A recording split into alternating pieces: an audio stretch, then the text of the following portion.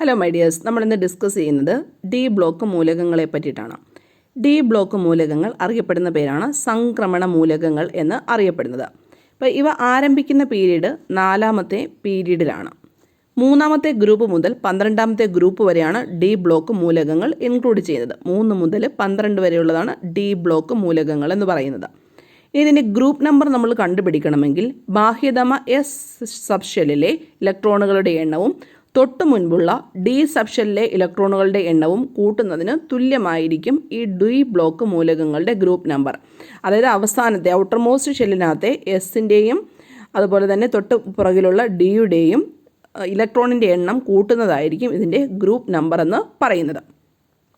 ഇനി കപട സംക്രമണ മൂലകങ്ങൾ ഏതെന്ന് ചോദിക്കാറുണ്ട്. സിങ്ക്, കാഡ്മിയം, മെർക്കുറി എന്നിവയാണ് കപട സംക്രമണ മൂലകങ്ങൾ എന്ന് പറഞ്ഞിരിക്കുന്നത്. ഈ ഡി ബ്ലോക്ക് മൂലകങ്ങൾ ലോഹങ്ങളാണ്. അത് ഓൾറെഡി 2021 LDC പരീക്ഷയ്ക്ക് ചോദിച്ചതാണ്. ഡി ബ്ലോക്ക് മൂലകങ്ങളെല്ലാം ലോഹങ്ങളാണ്. ഇനി കപട സംക്രമണ മൂലകങ്ങൾ കാഡ്മിയം, സിങ്ക്, മെർക്കുറി എന്നിവയാണ്. ഇത് 3ാമത്തെ മുതൽ 12ാമത്തെ ഗ്രൂപ്പ് വരെ ഉൾപ്പെടുന്നുണ്ട്. 4ാമത്തെ പീരീഡിലാണ് ഡി ബ്ലോക്ക് ആരംഭിക്കുന്നത്. സംക്രമണ മൂലകങ്ങൾ എന്നറിയപ്പെടുന്നു. ഇവയുടെ ഗ്രൂപ്പ് നമ്പർ കണ്ടുപിടിക്കാൻ വേണ്ടിയിട്ട് ഔട്ടർമോസ്റ്റ് ലെവലിലുള്ള എസിൻ്റെയും തൊട്ടുള്ളിലുള്ള ഡി ഇലക്ട്രോൺസിൻ്റെയും എണ്ണം ടോട്ടലി കൂട്ടിക്കഴിഞ്ഞാൽ ഡി ബ്ലോക്ക് മൂലകങ്ങളുടെ ഗ്രൂപ്പ് നമ്പർ നമ്മൾക്ക് ലഭിക്കുന്നതാണ്. സംക്രമണ മൂലകങ്ങളുടെ ബാഹ്യതമ ഇലക്ട്രോൺ വിന്യാസം ഒരേ പോലെയാണ് ഗ്രൂപ്പിലും പീരീഡിലും. സാധാരണ ഒരുപോലെയാണ്. അപ്പോൾ സാധാരണ നമുക്ക് എസ് ബ്ലോക്ക് ആയാലും പി ബ്ലോക്ക് ആയാലും ഒക്കെ വരുന്ന കേസിനകത്ത് ഗ്രൂപ്പ് വൈസ് ആയിട്ടാണ് നമ്മൾ കാര്യങ്ങൾ പറയുന്നത്. പക്ഷേ ഇവിടെ നമ്മൾ കാര്യങ്ങൾ പറയുന്നത് രണ്ടും ഏകദേശം സിമിലാരിറ്റീസ് ഉണ്ട് ഗ്രൂപ്പിലും പീരീഡിലും. അവസാനത്തെ ഇലക്ട്രോൺ പൂരണം നടക്കുന്നത് ബാഹ്യതമ ഷെല്ലിൻ്റെ തൊട്ടുള്ളിലുള്ള ഡി സബ് ഷെല്ലിൽ നടക്കുന്നവയാണ് ഡി ബ്ലോക്ക് മൂലകങ്ങൾ എന്ന് പറയുന്നത്. പക്ഷേ ഇതിൻ്റെ ഗ്രൂപ്പ് നമ്പർ കണ്ടുപിടിക്കാൻ നേരം നമ്മൾ എസിൻ്റെയും ഡിയുടെയും ഒന്നിച്ചെടുത്തിട്ടാണ് ഗ്രൂപ്പ് നമ്പർ പറയുന്നതെന്ന് പറഞ്ഞു. ഇനി ഇതിൻ്റെ അവസാന ഇലക്ട്രോൺ പൂരണം നടക്കുന്നത് ബാഹ്യതമ ഷെല്ലിൻ്റെ തൊട്ടുള്ളിലെ ഡി സബ് ഷെല്ലിൽ നടക്കുന്നവയാണ്. രാസപ്രവർത്തനത്തിൽ ഡി സബ് ഷെല്ലിലെ ഇലക്ട്രോണുകൾ പങ്കെടുക്കുന്നുണ്ടോ എന്ന് ചോദിച്ചു കഴിഞ്ഞാൽ എസ് എന്ന് വേണം പറയാൻ വേണ്ടിയിട്ട്. ഇലക്ട്രോൺ നഷ്ടപ്പെടുന്നത് ഇലക്ട്രോൺ പൂരണം നടക്കുന്ന ക്രമത്തിൽ അല്ല. അപ്പോൾ ഇലക്ട്രോൺ നഷ്ടപ്പെടുന്നത് ഇലക്ട്രോൺ പൂരണം നടക്കുന്ന ക്രമത്തിലല്ല. അവസാന ഇലക്ട്രോൺ പൂരണം നടക്കുന്നത് ബാഹ്യതമ ഷെല്ലിലെ തൊട്ടുള്ളിലെ ഡി സബ് ഷെല്ലിലാണ്. ഇതിനകത്ത് ഡി ബ്ലോക്ക് മൂലകങ്ങൾക്കകത്ത് നടക്കുന്നത് അവസാന ഇലക്ട്രോൺ പൂരണം നടക്കുന്നത് ഡി സബ് ഷെല്ലിലാണ്.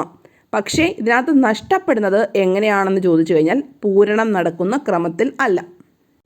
ഇലക്ട്രോൺ നഷ്ടപ്പെടുന്നത് ബാഹ്യതമ ഷെല്ലിലെ എസ് സബ് ഷെല്ലിൽ എന്നിട്ടാണ് ആദ്യമായിട്ട്. പക്ഷേ അവസാനം പൂരണം നടക്കുന്നത് എവിടെയാണ്? ഡിയിലാണ്. പക്ഷേ ആദ്യമായിട്ട് നഷ്ടപ്പെടുന്നത് എവിടെ നിന്നിട്ടാണ്? എസിൽ നിന്നിട്ടാണ് നഷ്ടപ്പെടുന്നത്. അതാണ് ആ ഒരു പ്രത്യേകത എന്ന് പറയുന്നത്. സംക്രമണ മൂലകങ്ങളുടെ ബാഹ്യ എസ് സബ് ഷെല്ലിൻ്റെയും തൊട്ടുള്ളിലെ ഡി സബ് ഷെല്ലിലും ഊർജ്ജത്തിൽ നേരിയ വ്യത്യാസം മാത്രമേ ഉള്ളൂ. അതായത് ഔട്ടർമോസ്റ്റ് ഷെല്ലിലുള്ള എസിൻ്റെയും ഡിയിലെയും ഷെല്ലിൽ ഊർജ്ജ വ്യത്യാസം വളരെ കുറച്ച് മാത്രമേ ഉള്ളൂ. രണ്ടും ഏകദേശം സെയിം പോലെ ആയിരിക്കും. ഇനി നമ്മൾ ഫെറസ് ക്ലോറൈഡിൻ്റെ ഓക്സീകരണ അവസ്ഥ എടുത്തു കഴിഞ്ഞാൽ +2 എന്ന് പറയണം. ഫെറിക് ക്ലോറൈഡിൻ്റെ FeCl3യുടെ ഓക്സിഡേഷൻ സ്റ്റേറ്റ് ചോദിച്ചു കഴിഞ്ഞാൽ +3 എന്നും പറയണം. അതായത് നമുക്ക് ഇവിടെ സംക്രമണ മൂലകങ്ങൾ എന്ന് പറയുമ്പോൾ നിങ്ങൾ പ്രധാനമായിട്ടും 3 കാര്യങ്ങൾ ഓർത്ത് വെച്ചേക്കണം. ഇവ ഉൽപ്രേരകമായിട്ട് വർക്ക് ചെയ്യുന്നുണ്ട്, കാറ്റലിസ്റ്റായിട്ട് വർക്ക് ചെയ്യുന്നുണ്ട്.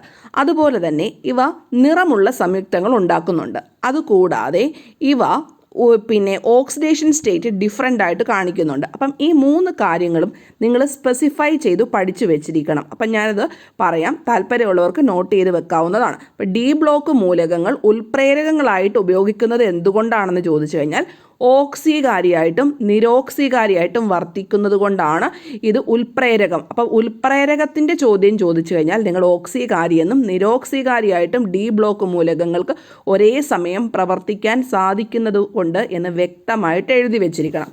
ഇനി നമ്മൾ അടുത്തതായിട്ടുള്ള പോയിന്റ് പറയാൻ പോകുന്നത് ശ്രദ്ധിക്കുക.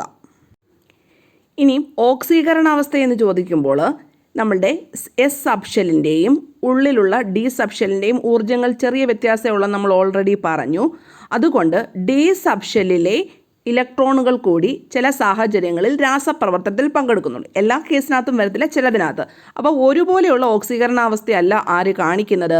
ഈ സംക്രമണ മൂലകങ്ങൾ കാണിക്കുന്നത്. കാരണം എന്താണെന്ന് ചോദിച്ചു കഴിഞ്ഞാൽ എസിനകത്തുള്ളതും ഡിക്കകത്തുള്ളതും തമ്മിൽ വലിയ ഊർജ്ജ വ്യത്യാസം ഇല്ലാത്തത് കൊണ്ട് ഈ ചില കേസസിനകത്ത് ഡി സബ്ഷെല്ലിലെ ഇലക്ട്രോണുകൾ കൂടി രാസപ്രവർത്തനത്തിൽ പങ്കെടുക്കുന്നത് കൊണ്ടാണ് ഈ ഓക്സീകരണാവസ്ഥ ഡിഫറൻ്റ് ആയിട്ട് സംക്രമണ മൂലകങ്ങൾ കാണിക്കുന്നതിന് കാരണം. ഇപ്പോൾ എസ് ബ്ലോക്കിലെ പറയുമ്പം നമ്മൾ ഒന്നാമത്തെ ഗ്രൂപ്പ് എടുക്കുകയാണെങ്കിൽ ഓക്സീകരണാവസ്ഥ എല്ലാത്തിനും ഒന്നായിരിക്കും. രണ്ടാമത്തെ ഗ്രൂപ്പ് എടുക്കുകയാണെങ്കിൽ അതിൻ്റെ ഓക്സീകരണാവസ്ഥ എല്ലാത്തിനും 2+2 ആയിരിക്കും.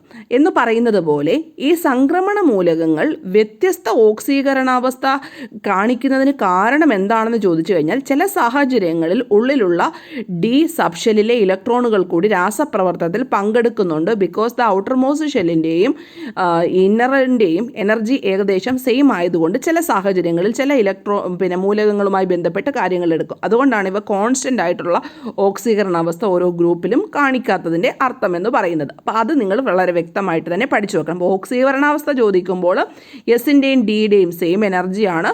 അത് കൂടാതെ തന്നെ ഈ പറഞ്ഞിരിക്കുന്നത് പോലെ ഡി സബ്ഷെല്ലിൽ ഇലക്ട്രോൺ കൂടി രാസപ്രവർത്തനത്തിൽ പങ്കെടുക്കുന്നു എന്ന് സ്പെസിഫൈ ചെയ്ത് പഠിച്ചു വെച്ചേക്കണം. കാരണം ഇതെല്ലാം ഓപ്ഷനകത്ത് കാണുകയും ചെയ്യും.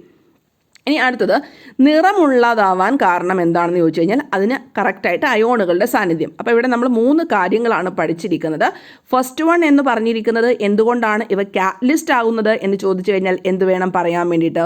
ഒരേ സമയം ഓക്സീകാരിയും നിരോക്സീകാരിയും വ്യത്യസ്ത ഓക്സീകരണാവസ്ഥ കാണിക്കുന്നു എന്ന് ചോദിച്ചാൽ എന്ത് പറയണം? എസ് സബ്ഷെല്ലിൻ്റെയും ഡി സബ്ഷെല്ലിൻ്റെയും എനർജി സെയിം ആയിരിക്കും. അതുകൊണ്ട് ഉള്ളിലുള്ള ഡി സബ്ഷെൽ കൂടെ ചില സമയത്ത് ഇലക്ട്രോൺസ് രാസപ്രവർത്തനത്തിൽ പങ്കെടുക്കുന്നുണ്ട്. ഇനി നിറമുള്ള ആവാൻ ചോദിച്ചു കഴിഞ്ഞാൽ അയോണുകളുടെ സാന്നിധ്യം. അപ്പോൾ ഈ 3 എണ്ണവും നമ്മൾ ഓപ്ഷനകത്ത് പ്രതീക്ഷിക്കണം. അതിനനുസരിച്ചിട്ട് വേണം ആൻസർ കൊടുക്കാൻ വേണ്ടിയിട്ട്. ഇനി കോപ്പർ സൾഫേറ്റ് കാണിക്കുന്നത് നീല കളറാണ്. കൊബാൾട്ട് നൈട്രേറ്റ് ആണെങ്കിൽ ഇളം പിങ്ക് കളറാണ്.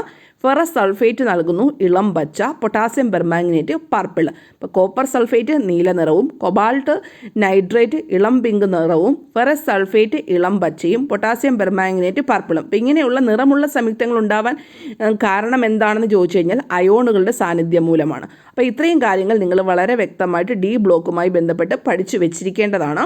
അപ്പം ഡി ബ്ലോക്ക് റിലേറ്റ് ചെയ്ത് കുറേയധികം ചോദ്യങ്ങൾ LP-UPക്കായാലും പിന്നെ 10th ലെവൽസിനായാലും ചോദിച്ചു വരുന്നുണ്ട്. അപ്പോൾ അത് നിങ്ങൾ A to Z കാര്യങ്ങൾ പഠിക്കണം. പ്രത്യേകിച്ചും ഈ ഓക്സീകരണാവസ്ഥയും നിറമുള്ളതാവാനും പിന്നെ അടുത്തൊരു പോയിൻ്റാണ് കാറ്റലിസ്റ്റ്. അപ്പോൾ ആ 3 കാര്യങ്ങളും വേണമെങ്കിൽ എഴുതി വെച്ച് കൃത്യമായിട്ടൊരു കോളത്തിലകത്തൊക്കെ ആക്കി വെച്ച് പഠിക്കാവുന്നതാണ്. അപ്പോൾ നിങ്ങൾക്ക് നമ്മുടെ പെയ്ഡ് കോഴ്സിൽ ജോയിൻ ചെയ്യാൻ താല്പര്യമുണ്ടെങ്കിൽ ഈ നമ്പറിൽ മെസ്സേജ് ചെയ്താൽ മതി. താങ്ക്